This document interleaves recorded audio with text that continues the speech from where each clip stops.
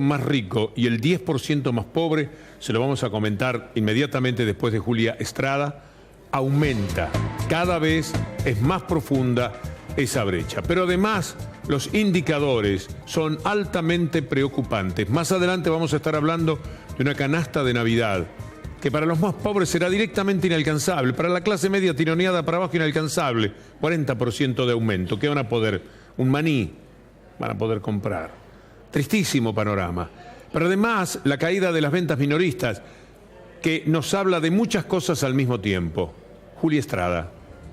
Así es, Víctor Hugo. Bueno, yo insisto, estábamos hacia el mes de agosto diciendo posiblemente hay un rebote económico, había algunas variables que empezaban a mostrar quizás un signo distinto, incluso el macrismo salió a decir hay brotes verdes y sin embargo tenemos constantemente nuevos datos que aparecen en este caso de la CAME que refuerzan lamentablemente una tendencia económica de caída de la actividad. Vamos a ver en esta primera placa los datos de caída de las ventas minoristas, ¿no?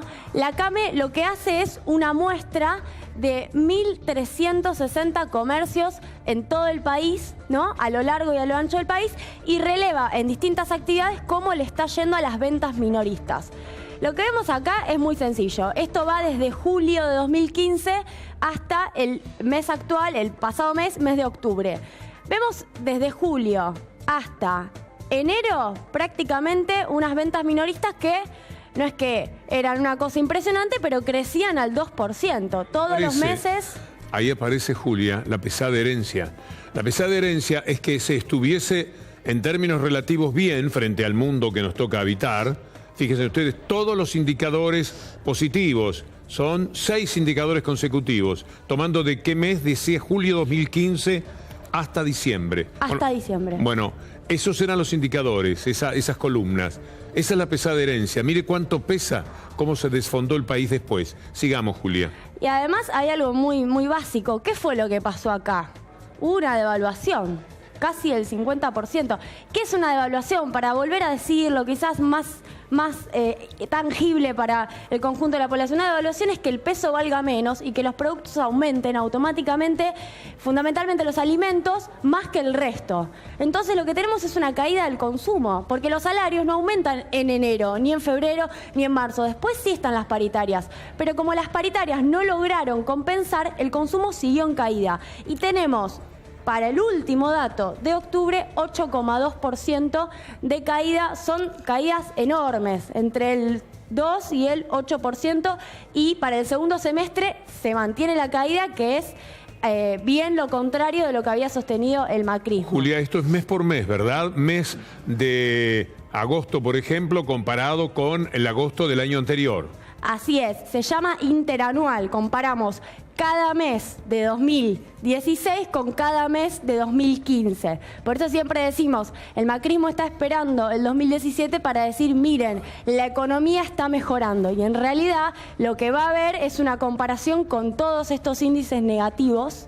Entonces el crecimiento termina siendo, la verdad, un efecto estadístico. Esto es ya para una discusión cuando arranque el año que viene. Y cuando cae el consumo, Julia, también es muy importante decir que cae estrepitosamente el consumo de los que menos tienen, porque la gente que está bien, quiero decirle de mi caso y el de tantos, no decayó el consumo, porque hay una posibilidad económica completamente distinta. Lo que decae en los indicadores es la gente que menos tiene, Julia.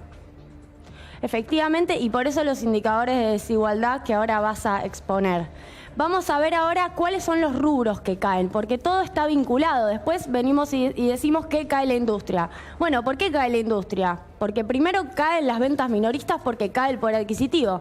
Alimentos y bebidas, estamos hablando solo de octubre, 2,8%. Bazar y regalos, eso que en general suele ser prescindible, ¿no? 9,7%. Billutería, 8,9%, caída, ¿no? Electrodomésticos y artículos electrónicos, 13,9%. Acá también impacta mucho la importación. Que caigan las ventas minoristas de los comercios argentinos tiene que ver con que también hay una fuerte importación. Ferretería, 12,4%. Y seguimos con los rubros. Ponemos los rubros para que sea, de nuevo, más claro respecto de qué estamos diciendo cuando hablamos de caída. En una tercera placa que viene ahora, vamos a ver, materiales para construcción, directamente vinculado a la caída de la construcción, 10,7%. Muebles del hogar, todo el sector de mueblería muy perjudicado incluso por el PPP, la actual firma de la participación público-privada en el Congreso, 7,3% de caída. Neumáticos por la caída del sector automotriz, 7,7%, y el textil indumentaria, 9,7%. Y lo que te quiero mostrar ahora, Víctor Hugo, tiene que ver con la recaudación, ¿no? En general, uno viene escuchando que la recaudación aumenta un 30% todos los meses. Lo que pasa es que ese 30% con un 43-44% de inflación interanual acumulada, en términos reales, que es esto que estamos viendo, es una caída, no es un aumento de la recaudación.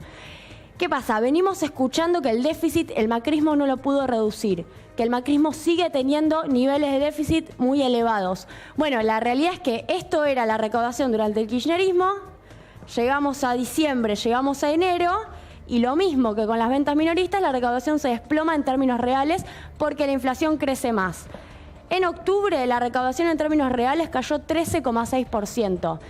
¿Esto qué significa? Que con una recaudación cayendo en términos reales, para resolver el problema del gasto, que es deficitario en el orden nacional, el gasto tiene que caer más todavía en términos reales que esa recaudación. Tiene que existir un muy fuerte ajuste.